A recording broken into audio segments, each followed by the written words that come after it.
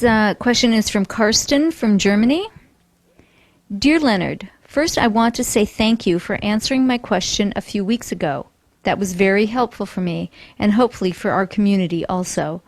These days we hear very sad news from Japan. Nuclear power is showing us its true face and admonishes us to be more responsible for our environment and the coming generations.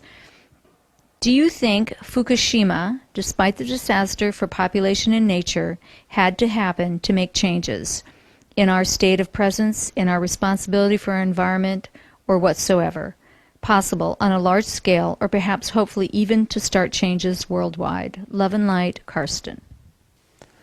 Well, the situation in Japan with the nuclear meltdown or whatever's happening there is just one of many, many, many events in human life and human history that presents to us an opportunity for awakening and an opportunity for greater consciousness. Everything that happens presents that opportunity. We could go back to the Holocaust and say, now, there was a terrible event in human history, but it's also an opportunity for the awakening of human consciousness. Every event that ever occurs in our lives is an opportunity for greater consciousness. The problem is, for the most part, we humans don't pay attention.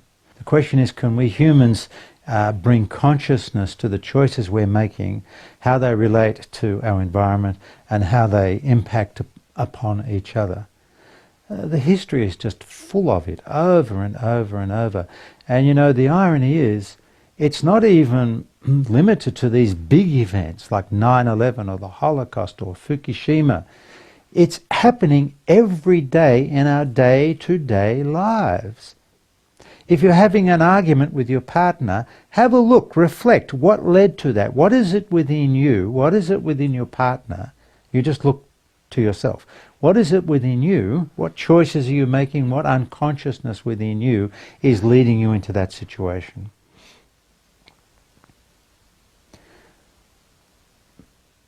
The real challenge is for humanity to bring consciousness to all the choices we're making and start to see the connection between the choices we're making and the consequences we're inevitably going to live with. But you know, so many factors come into it, like greed. You know, what happens when we finally finish off the last tree in the Amazon rainforest? I mean, what happens then? We don't know. And nobody cares. Not really. If we cared, we'd do something about it. But it's more important for people to be able to clear the land, to have their farms, to graze their cattle, so they can eat their beef and feed their families. It's a very narrow-minded view. It's a very small view of it. You know, it's written somewhere in the Old Testament that humans shall have dominion over the earth. Isn't that what's written? We humans shall have dominion over the earth. As far as I'm concerned, the problems stem from that sentence. All the problems stem just from that sentence. We humans do not have dominion over the earth. We have no right to even think that. To think that takes us horribly into unconsciousness and separation. At the very best, we could say we humans are caretakers of this beautiful earth. It should be that, caretakers, which simply means we take care. We live in harmony.